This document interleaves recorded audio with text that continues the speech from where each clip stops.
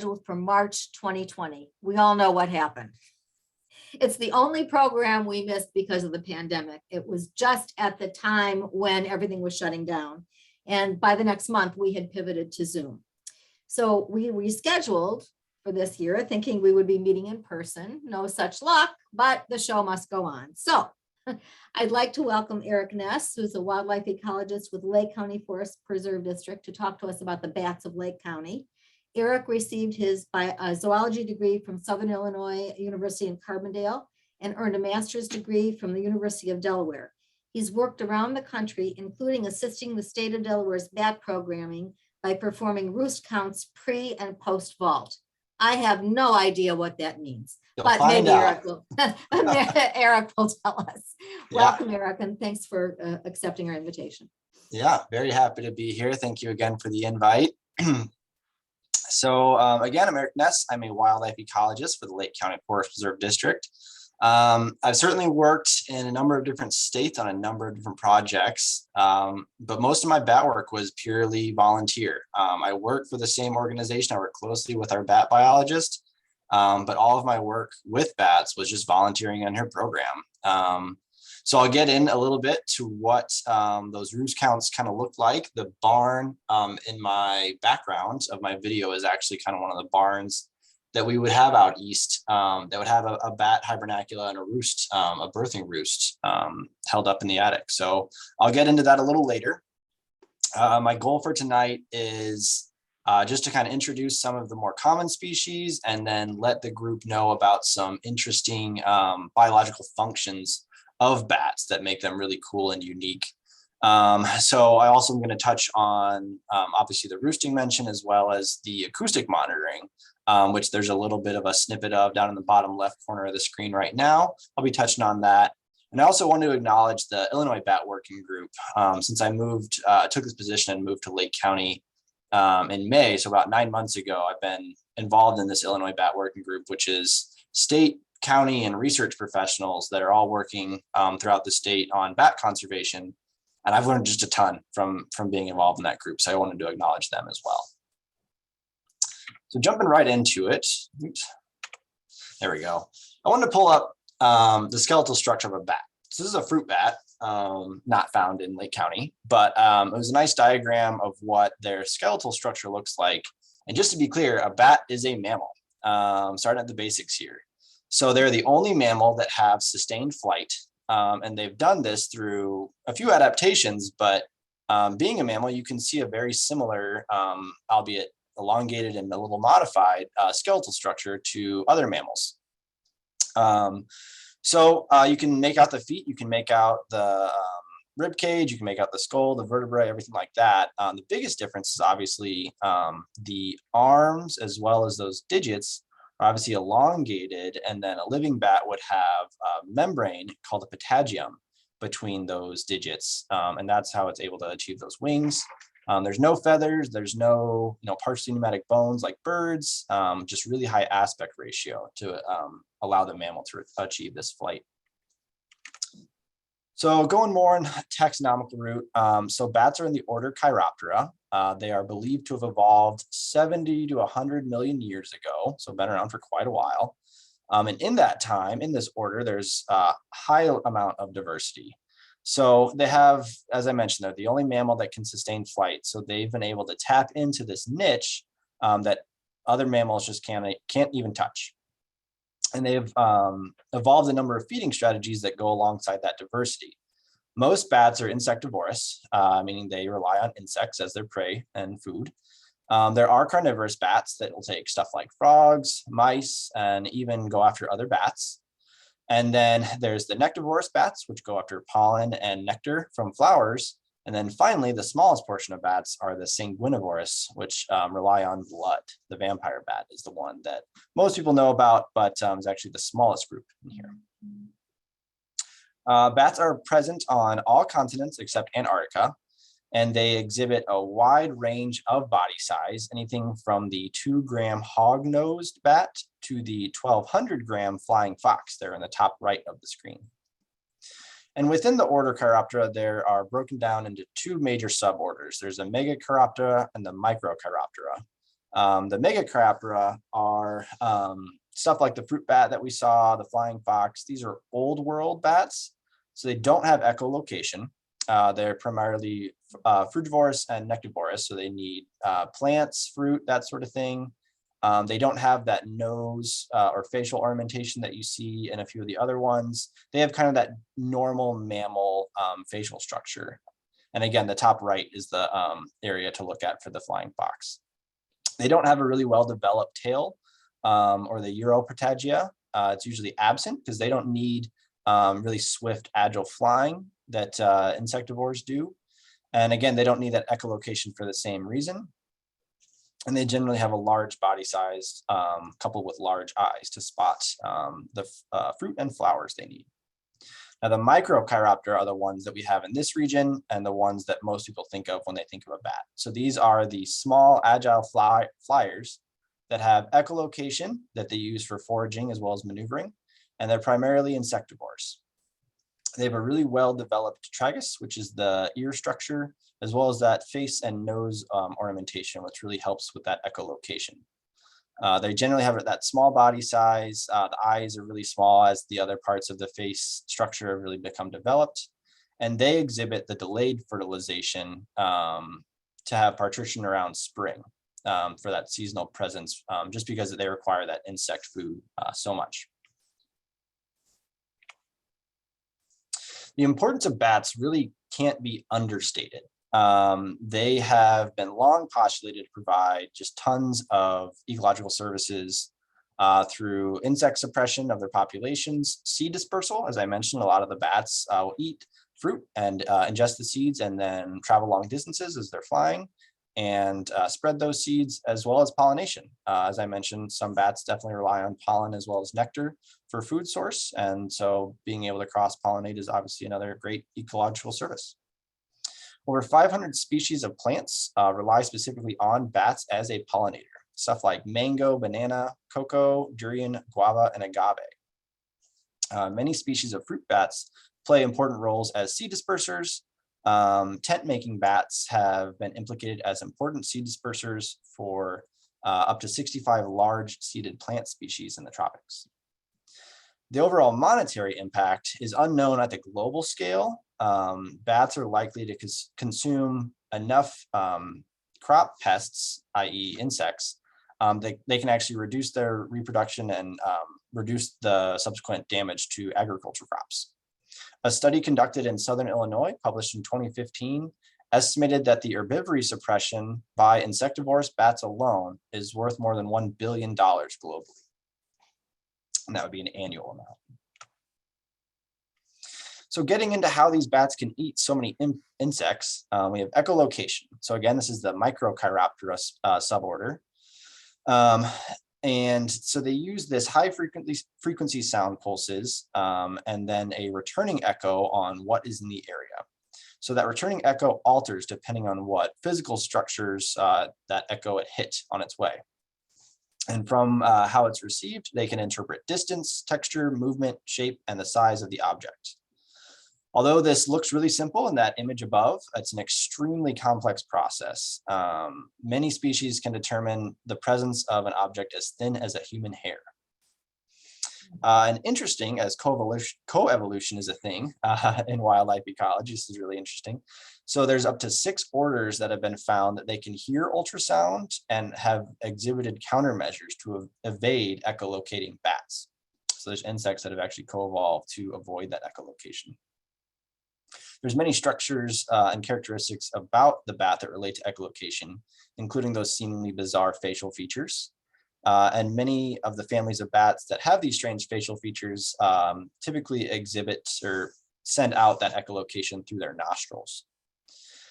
Hearing is extremely important among species in the Microchiroptera, and that ear morphology is the tragus and antitragus, where they develop that really sensitive hearing. Bats in general have also, at least in this region, have really adapted to winter, the cold climate. And they've done this through 2 means, hibernation and migration. So the first is hibernation. This is called torpor, at least the bat-specific version of hibernation. And this is just an extreme reduction of metabolic, heart, and respiratory rates. So when this is in full swing, the bat's energy cost can be reduced to as much as 98%. So by 98%, meaning they're only using 2% of their normal energy usage. Again, this is called torpor. And when it's utilized, it's typically when food has become scarce, so the winter times when the insects are not active. And the heart rate goes from about 200 to 300 beats per minute down to 10. They can go minutes without taking in a breath, and the body temperature can drop to near freezing at this time. And they can go in and out of it. It could be as little as a few hours to as much as several months. The little brown bat in this region is known to have the longest time, up to 6 months of torpor can occur in the little brown bat. And they can come out of it if the temperatures rise, if there's a couple days of nice weather, where the insects might be active again. They can arouse themselves out of this torpor state and go out and feed and come back and re-enter it just like nothing happened. Now, hibernacula is where essentially we'll touch on the specific species that do hibernacula, but these would be kind of the cave structures where you just hear about all kinds of bats hibernating for the winter in there. And these are considered a hibernacula, and they have the just right temperature and humidity that the bat species require for this state. Now, as bats can fly, there are several species that migrate for the winter. So they go down to near the equator, the central United States, Mexico, and Central America. And these are mostly the tree roosting bats, which we do have some that we can find here. I'll touch on them as well. And they're following that insect activity down to the areas where it's remaining warm. And these bats still can enter torpor and hibernate when needed, but it's not typically the month-long stints that the species that don't migrate exhibit. For any of the species that I talk about, I always like to bring up their perception, either historical or in modern day. And so bats are just as interesting as anything else. They have this really dual nature that you can see in their mythology and how the cultures have perceived them throughout time, where they have this half bird, half animal, animal meaning mammal, obviously, in the historic sense, nature to them. So they've always seemed to be this species that can walk between two worlds. And this is anything from Egyptian culture viewed them as, bat physical presence as small or weak. European had coat of arms that when a bat was displayed on a coat of arms, it was kind of a sign of vigilance and watchfulness. The Chinese symbolized the bats as good luck. That coin in the screen, the red coin with the 5 bats going around it, is a wufu, which is worn for the 5 great happinesses in Chinese culture. And then obviously the Mayan god or goddess, as well as Greek, has the association of the god of death, is typically associated with bat characteristics. Jump into modern times, as Sunny is also presenting with us tonight. So it's typically very polarized. Most of it has been taken out of bats in nature, I would say. So what I mean by that is we're kind of getting out of symbology and more into what bats mean to people, I guess is the way to think about it. So in modern times, we obviously have vampires running rampant, even though, as I mentioned, in the diversity of bats, only 3 and over the 1,000 species of bats actually rely on blood for food, but vampires are obviously very popular in pop culture. We have superheroes, with Batman obviously being the most prevalent, where the bat symbology is meant to strike fear in the hearts of criminals. As well as, we just got done with Halloween a few months ago. Bats are associated with witches and evil and the occult and that sort of thing. So that's, for the most part, how they're symbolized today. We also have that direct perception. So what I mean by this is, if anyone on the call or anyone you talk to were to see a bat, either, in a cave randomly, if they're in a cave, or more commonly if it's up in their attic, or if they're just flying around at night above their heads, what's their instinctual reaction? 9 times out of 10, it's probably fear. So there is this just inherent fear of bats, which some of it is probably learned, some of it is just a general reaction. But typically and historically, at least in modern times, bats are known as this just disease-ridden flying rat, is how I've heard them called. So Obviously, rabies being the most common, obviously in the last couple of years. We have COVID-19, SARS-CoV-2 as another fear of bats. And so there's this fear that bats are riddled with disease and you'll get disease by being near them or touching them or that sort of thing. And obviously, if they bite you, there's always that worry. And I guess what I always like to, whenever I speak to people about this sort of thing, I just want to say that handling wildlife, being in close proximity to wildlife is always dangerous. And you should always have a trained professional doing any kind of handling or that sort of thing. Wildlife is exactly that. It's wild. Bats are no different. But the positive impacts that bats and other wildlife species can provide to an ecosystem is just, as I mentioned previously, astronomical. So really no reason to fear. Hopefully when people see a bat, at least anyone on this call, instinctually you might have a little bit of fear, but overall you can remember how positive they are to the world's ecosystem. So jumping back into the more specific bats of Illinois. So there's 13 species found throughout the state, 8 of which can be found in Lake and Cook counties, and they're all insectivorous. So I'm going to speak to you more specifically about the 8 you can find here. The few that I'm not going to speak to are the more, they're definitely state, most are federally endangered or threatened as well. I have them listed there in the brownish gray on the right. FE is obviously federally endangered, SE is state endangered, and the same throughout. So these are species that through habitat loss or white nose syndrome are just really struggling, either state or federally, nationwide. And a lot of that has to do with white nose syndrome, as well as habitat destruction. So the little brown bat is the first species I wanted to talk to today. So again, they're insectivorous. These are eating anything from mayflies, obviously very important mosquito eaters, flies, beetles, lacewings, caded flies, stoneflies, moss. So to do that sustained flight, as I mentioned, they're not the nice gliders that most bird species are, bird species can be. So their heart rate is just off the charts, and they need to consume about half their body weight each night just to keep up that high energy wing usage. Now, they typically migrate to hibernate into limestone caves during the winter, and they will form nursery and bachelor colonies in the summer. Human-made structures under tree bark, rock crevices, tree hollows are all areas where they can form these sort of nurseries and bachelor colonies, and they are considered a priority species by Chicago Wilderness. And the little brown bat are the ones that I counted the most for these roosts, nurseries and bachelor colonies when, as I mentioned previously, out east, we had an old abandoned fort, Fort Sheridan, that was a pretty large kind of limestone-esque bat colony that was closed off to the public. But then the ones that I counted were essentially barns that it was found that there was a roost in for the summer, and the property owner, private property, allowed us to come out. We would do a count.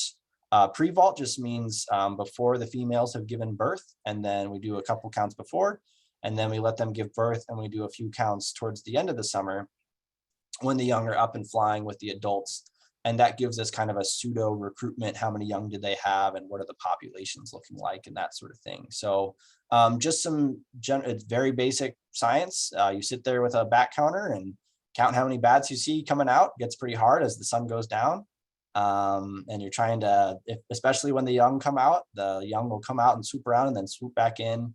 So it can be tough in that regard, but yeah, it provides some really nice data for population trends in bats. Moving on to the big brown bat. People always ask me what's the difference between the two. Big brown bats are at least double the size of a little brown bat. There's a few other differences, but for the most part, I would say unless you have a bat in your attic or you're examining some roost structures or that sort of thing, you're not really going to get the view that it's as much commonplace to discern the two species. Now, the big brown bat is the most common species in Lake County. And they'll eat anything. As being a larger species, they can eat stuff like beetles, flying ants, and houseflies. And they also migrate just a short distance to their hibernation locations. They don't migrate long distances. And again, just like the little brown bat, they're in cave, abandoned mines, as well as houses for that hibernation over the winter. Commonly found in farmland, urban areas, crevices of holes, trees, snags, dead top live trees, that sort of thing.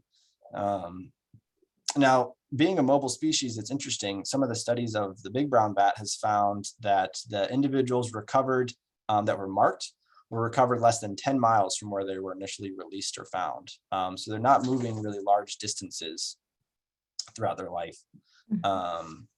And an examination of over 2,000 droppings from the species showed the remains of 10 different insect orders.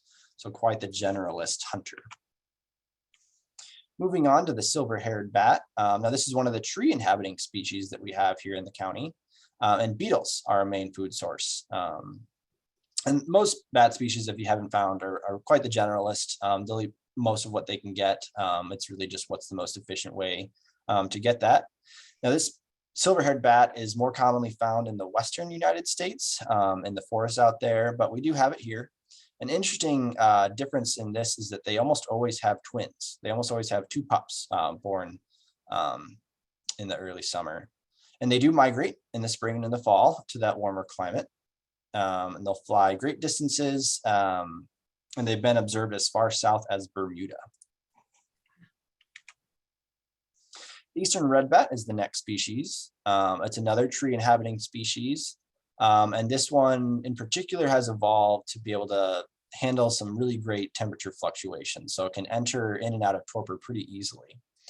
And it will often leave, if you see a bat in the winter times or in more of the colder season, and it's got a little bit of a red glint to it, it's most likely an eastern red bat, as they will be the more common ones to get out of that hibernation state and go out and feed. So they do migrate for the winter, as a tree dwelling species commonly does. And this species has actually been pretty commonly found to hibernate just under leaf litter of all things. So I think that red coloration co-evolved with some leaf litter coloration, and they've done a really good job of being able to hibernate just on the ground, which is interesting. And they're a very solitary rooster. They don't form those colonies like the little and brown bat do during the birthing season. They're very much a solitary species. Another interesting adaptation of the eastern red bat is that they can actually eavesdrop on other bats' echolocation to really know where the good insects are for the night, which I thought was a very interesting fact about them. The hoary bat is Illinois' largest bat by quite a large margin. They're a pretty good sized species, but they're pretty rare across most of the range, and they're a very solitary bat species. Again, it's another tree inhabiting bat. They feed almost extensively on moss. So as the other species have been very generalist, the hoary bat is very much a moth eater. And they'll consume other stuff, but they're very focused on moss if they can get them. They do migrate south for the fall, and they're another tree crevice as well as leaf litter adapted hibernator. Short-term hibernator, I should say. They definitely roost and forage in that deciduous evergreen stuff like maples, elms, cherries, and spruce. Tricolored bat is kind of the edge species found around mixed agriculture use. And they will like to fly over water courses through the forest. So if there's a forest stream, that's where the tricolored bat really likes to forage up and down. These are kind of the opposite of the eastern red bat, where no matter what, if they are asleep for the cold months, they do not get up. So they really like these limestone caves. And if there's a warm day, they probably don't feel like getting out of bed, and they're going to stay hibernating until the season really warms up completely. And they do form nursery colonies in the summer months that can have up to 50 individuals in them. The evening bat is another tree inhabiting bat. And these are more of the open habitat, grassland prairie feeders, feeding on beetles, leafhoppers, moss, and flies. They can be found in forests as well. And they really like the corridors and the wetlands. And they're another one that likes to get under the bark of trees and hibernate and roost within that. They don't really get into caves much, unlike most bat species, at least found in this region. An interesting flight and feeding characteristic is around dusk, when they leave their roost for the night, they'll be anywhere from 40 to 75 feet high. But as things get darker, they kind of spiral down and start feeding a little bit closer to the ground. And it's thought this is just a feeding strategy. The evening bat is kind of a low and slow flyer, not a low, a slow and large flyer. So this is just thought to be an adaptation to essentially use better energy or have better energy usage while hunting. The northern long-eared bat is the state threatened species. It was the only state threatened species or state threatened or endangered species that can be found in this region. And they, again, are a very generalist hunter, and they will also roost under bark. They can get into cavities, large crevices, that sort of thing, barns and sheds as well. And they will overwinter in caves and mines. All right, so moving on to white nose syndrome. I know last time you guys heard a little bit more specifically about white nose syndrome. The species name of the fungus that causes white nose syndrome is up in the top right of the slide. I don't even want to attempt to pronounce that. So for the most part, I just call the fungus that causes white nose syndrome PD. So this is a cold loving fungus. Typically it's infecting or taking place on the bat's skin, which is their face and wings most commonly. And it's a fungus, I'm sure is, white nose has kind of hit the mainstream. A lot of people are aware from it. It doesn't directly reduce the health of the bat, but what it does is irritate them over the hibernation period, where it irritates them so much that they need to get up and move around, and it just really irritates them. So they end up using more energy through that hibernation period, which is really important to use that stored fat wisely. And that's what has caused the massive die-off in the number of bat species that this can impact.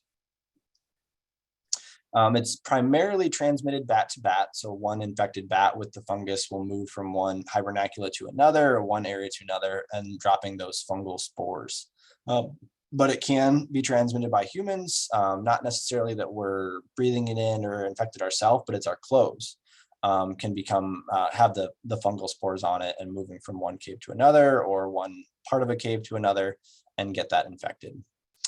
So as we kind of alluded to at the start of the talk, but U.S. Fish and Wildlife Service restricted human usage of caves to help slow the spread of this for the most part. And it's helped slow the spread, but it is still spreading. I'll show a map here later. There's 7 bat species affected, at least found in Illinois. And so these are typically the hibernacula species, the ones that really group up in these cave structures that the fungus really seems to like, and tend to get impacted quite a bit by it. Obviously, being in close proximity to an area, it can be a density dependent thing where it only takes one infection, and we know how fast these things can spread. So it's thought to have originated, or at least it was first found in New York, and it has spread since there. I'll show the most updated map, a zoomed in map later, and you can see that it kind of spread through the northeastern United States, kind of spread down the Appalachian Plateau, most likely from bats, spreading it to and from other bats. But then there was this massive jump out to Washington, the state of Washington, a 1,300-mile jump out there. So was it always there and then found? They found this fungus in Europe and Asia as well. The bat species there tend to not be impacted quite as much as ours. So who knows how these things are getting moved around. But at least the eastern half of the United States, it was thought to have spread somewhat between bats, most likely. And this is the most recent map, the northern long-eared bat, that one that I mentioned that can be found here and is state threatened. That's its range. Unfortunately, you probably can't even make out the green highlighted area, as all of the white nose syndrome zone has taken over the entire area. And you can see there's even areas in Texas, and as I mentioned in the map previously, out in Washington, counties or districts that have detected white nose syndrome. So detected pretty regularly in the area. So within Illinois, this has caused a 75 to 90% decline in bat populations, and this is since 2013. There's no reported piles of the dead bats in the mines, same reports in the surrounding states, so we're not really too sure where these bats are going and that sort of thing for causing this population decline, but we're definitely seeing those population declines within the state. Another commonly thing that tends to impact bats is immune reconstitution inflammatory syndrome, IRIS, where the body temperature will warm up and the immune system will reactivate. And within days, these dark patches will riddle the wings. The immune cells kind of attack them, eradicating the fungus. And over the next couple of weeks, scab-like structures form and soon fall away, which unfortunately leave holes in that wing structure, which as you saw before, how much food these bats need with that high heart rate and metabolism. Inability or inefficient flying can really impact a bat's short-term survival with stuff like this. So what is kind of the region doing to monitor bats? So honestly, for the most part, citizen science projects have been a really awesome strategy to determine bat occupancy in varying habitats, species of bats, that sort of thing. And so there's an acoustic bat monitoring program that the Illinois Bat Working Group and all of its various organizations try and get done every year. And this is volunteer driven. So we've got the equipment, there's the volunteer there. And there's a really awesome app called Ecometer that this can connect to. And then you just walk a transect after dark, and it's able to detect the echolocation call outs of these bats and record that. But also it, with this data, it can actually go down to species as different bats give out different echolocation sounds. So it's really great at determining species occupancy and walking different transects in different habitats to know what kind of habitats these bats are inhabiting and what the populations are looking like and stuff like that. So a really awesome citizen science project that the region has been taking up, and volunteers have been running with it, and it's been a really nice success. So again, you can download Ecometer. It's a free app. I honestly have not had a chance to kind of play with it. I just heard about it this winter. To see how well it works without the microphone attachment above. I'm sure it will detect a lot of background noise if it was, kind of just handheld and close. But who knows, maybe by now it'll be worth just going out and for a walk or having it out. If you're just sitting on your back porch and you see some bats flying around, you can put it out and it should be able to tell you what species are around. And so why do we monitor? So we're trying to determine migration timing. So when are most of these bat species becoming active again in our region? When are they coming back or leaving? Determining residency of certain species, what species like to use what preserves, what habitats within those preserves, determining if white nose syndrome fluctuations in populations. And this is a part of the Lake County Forest Preserve wildlife monitoring program that we have, where we do annual species counts on a wide variety of taxa. So kind of some of the general requirements, we're trying to get 3 or more visits per site, trying to get those replicates, and we've got 3 major timeframes. And I kind of mentioned this for the roost vault counts. But we're trying to do one in spring, so when bats are first either emerging from hibernation or coming back from migration, and then early summer, so when they really become established and are having their young, and then a late summer. So once those young are about 3 weeks old, they can start flying with the adults. And so we're trying to get how many young have joined the population. And these begin 30 minutes after sunset. There's some temperature requirements as well. Kind of the typical standard walking in the woods with auditory and electrical equipment, temperature requirements to let these things run. And the volunteers are walking anywhere from 1 to 2 miles at a pretty regular pace, nothing too crazy or anything like that. Another thing that has been really found to be successful in the region is just creating habitat for these species. So obviously having strong insect population is important. Having good solid amounts of forest ecosystem is really important for a number of these species. But as most folks tend to remove these old dead snag trees as they're kind of unsightly and that sort of thing, it's really taken away from the bat roosts. So the areas where the nurseries or the bachelor groups will have their young and raise their young have gone by the wayside. So keeping those large trees is obviously very nice. The bat boxes that are attached to the side of buildings and that sort of thing haven't really been found to do too much, at least at a larger scale, even locally. Essentially, they just need a lot of very specific requirements that if you just kind of stick one on the side of your house, the odds are kind of working against you of how successful that box is going to be. They just take a lot of requirements. They need to be on the south facing side. They need to be near a certain water source, that sort of thing. The rocket box, which is the one displayed in the slide, have been found to be pretty successful. So these are anywhere from 16 to 18 feet tall. The bottom of the landing is about 12 to 15 feet off the ground. and they're kind of a charcoal color. Another important thing is having a good length to these rocket boxes. And what I mean by that is the length of the box itself. So they found that the young will move to the top and get warm. And then the important thing why they need to be long enough is if the boxes are too small and kind of too crammed in there, the young are kind of stuck up at the top and they actually overheat and die or get sick and that sort of thing. So having a big enough box for the roost has been found to be really important, where the young can get up and get warm, but also get away when they're done with that. And they're near water or wetland areas, just being close to that food source of the insects. And they're installed before April. Again, this is the time period when bats are emerging from hibernation or coming back from migration. And you definitely want to watch for wasp activity and try and clean out any kind of paper wasp or anything like that that might inhabit these boxes as well. All right, I know there was questions popping up. I'd be happy to address those. I'll leave this slide up. My information's on the screen, my email. We do have a bat page as well, and then my office phone is listed. So again, thank you very much for having me here tonight, and I'd be happy to answer any questions. I will start with the questions in the chat. So and there are several, so keep your questions coming. So Eric, let's see, Bob Stanley asked, do hoary bats fly and hunt during the day? You indicated they consume wasps and dragonflies, which I think of as daytime flyers. I think they could, if it's not too hot. That high metabolic rate really impacts bat overheating.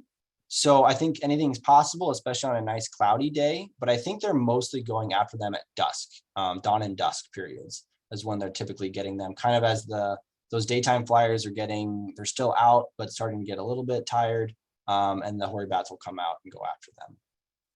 So would that apply to all bat species? For the most part, that's the general hunting strategy. They come out just before dark, insects are still out, and they'll go after them then. Also, just typically, those species, except for the ones that might have the echolocation sensing, the bats are flying at night when hopefully they can get the drop on them, the insect species. Okay. Okay, then Gail asks about babies. Do the babies cling to mom, or are they birthed and stick to a tree or branches? How are they fed by parent, or do they immediately begin flying and catch insects? Yeah, so it's astonishing to me. So bats obviously kind of hang upside down, and they'll actually give birth like that as well. And from what I've read, they kind of form a cup with their wings, and they catch the young as they come out. The young will typically attach to the mom and will suckle. They are mammals, so they have mammary glands, and they'll suckle. But once they become a little bit more aware, they will cling onto mom and onto mom's back for a while, but then they can move around the roost. So they have kind of a front digit that you can kind of see, you can make out in the slide up right now. So they have this digit that kind of is away from the rest of their membrane, and they use that to climb within the roost and that sort of thing. So tree bark or these bat boxes and that sort of thing always have areas that they can kind of grab onto and move around the roost. So they do become independent. They are reliant on mom for at least 3 weeks is what I've read. And in that time, they're drinking milk. And after about 3 weeks, they're stable enough flyer that they'll leave for the night and go out and get some insects and come back. So is that digit, is that the thing on from looking at it, on the left side, that long brown thing? Okay. And what's the species we're looking at, by the way? That is a big brown bat. Okay. So they have kind of a silky coat to them. There's a few other structural differences between little brown bat, but they've described as having more of a silky coat to them. Okay. And then, so you're saying that for the first maybe 3 weeks, they drink milk, and after that, they'll start flying themselves and catch insects themselves? Yep. Okay. Bob Stanley again, are the echolocation sounds of bats produced by a larynx, or if not, then how? I don't know the specific, I don't think they have a specific organ for it. I believe it's just this difference in, it might be the larynx. I wish I knew the morphology of what causes it in the anatomy. For the most part, I can only just tell you that it's a very sophisticated adaptation they have in the face to be able to call it out. I know it leaves from the nostril is what they found, but I don't know if there's a specific, I'm sure there is a specific name for what's causing it, but I wish I knew. That's cool. Carla says there's a David Attenborough film about bats, so we should all look that up. Tricia says, I've seen a number of bats in the loop, usually clinging to brick. Is it common for bats to be in urban areas? Yeah, so they've definitely adapted. And so if there's an area where they can roost and there's plenty of insects, they definitely will. They've definitely adapted to the urban environments. Light pollution and sound certainly impacts that. But if they can get away with it and they can find a roost in an urban area, they will. They've adapted to live in those areas. But why would they cling to bricks? They probably are roosting above it. Oh. They're probably roosting in the area or that sort of thing. And so they've clung to the brick as they were coming out or something like that. Okay. Carla now has given us the name of the film. It's The Batman of Mexico. Follows one species that pollinates the agave plant. It's on PBS. Oh, perfect. Okay. Please show the slide with the Acoustic app again. Sure. Okay. So it's eco meter. Oh, there we go. Yeah. Yeah, and it looks just like that. I got it and was looking at it. Again, there's no bats out now. But yeah, and honestly, Lake County Forest Preserve, we've been really interested in both bat detections as well as some singing insects. So me and my counterpart, the other wildlife ecologist here, have looked into essentially getting a recorder to put out at a few sites that can detect a number of things. Really, it's the software that goes into determining what it's actually hearing to know what's around. So it's definitely on our radar. Gary Glowacki, is that him, the second one, or is he gone? He moved up. So Okay. He's still here. He's my boss. Okay. And then Catherine McCabe is the other wildlife ecologist here. And so we've been trying to kind of expand that wildlife monitoring program, and kind of made sense if we can get a ton of different species with some of these echolocators and that sort of thing. It'd be awesome to get that acoustic monitoring. So when you're monitoring and roosting, I understand echolocation, you can identify that from the sound, but do you ever actually see them? Can you identify them by sight, or do you never see them really? I have seen them, but I think identifying them on the wing is very difficult. I think if you had a lot of experience with it, I'm sure you could get good at it. I think for the most part, I know for the roost counts that I was doing, they would swing by during the day and actually pop in the roost and get a good look at them without disturbing them to identify the species present. But for the most part on the wing, I believe it's pretty hard. And I've seen bats at night and I have really no clue what I'm looking at. Yeah, I can't imagine. Yeah. I know that once when I was at Montrose, and anybody can put in the chat, somebody might have been there and seen the same thing. I know that there was a bat in a tree, and I think it was an eastern red one, but it was during the day, and just, everybody at Montrose is looking for birds, and there was a bat. Right. Okay. Are bats attracted to light? Does light pollution from buildings affect bats, causing collisions? It's not necessarily that they're attracted to light, but that insects are. So the insects are going to the light, especially at dusk and nighttime periods for the warmth. And then the bats are attracted because the insects are there, and impacts certainly can happen with that, especially being attracted to that. So it's really that the insects are being attracted to the light and the bats are attracted to the insects. So would there be bat collisions like there are bird collisions? I believe so. I mean, the echolocation is really great. I know they do pretty well, but I'm sure in these areas, I haven't seen specific data that says that, impacts are high in the region or that sort of thing for that. But yeah. Okay, that was Maureen's question. She has another one, and then we'll take a couple more. Can you speak to the effect of wind farms on bat populations? Yeah, so that's definitely being looked at, kind of the same way that bird populations. That's really wind farms along migration routes. So I touched on a number of the species that migrate.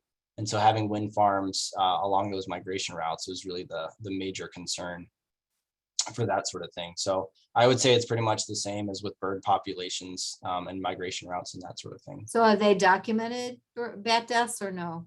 Yeah, I wish I could speak to it as the level of impact. It's nothing, to the white nose syndrome level, but they're definitely listed in the species impacted by that sort of thing. Okay.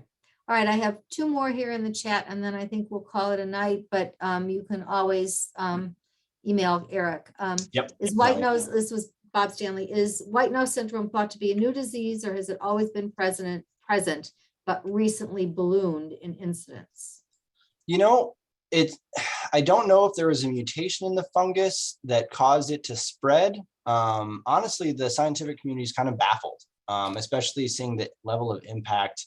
There was definitely something new since it ballooned, obviously since about 2007, seeing that massive decline. So something changed either in how it was impacting the bat or that sort of thing. But again, this fungal species has been found really worldwide, Asia, Europe, and everything, at least in North America. So certainly something mutated and it was impacting bats, and some bats seem to be more affected than others. So it's really odd. Bats are kind of this species that is super immune to just tons of diseases.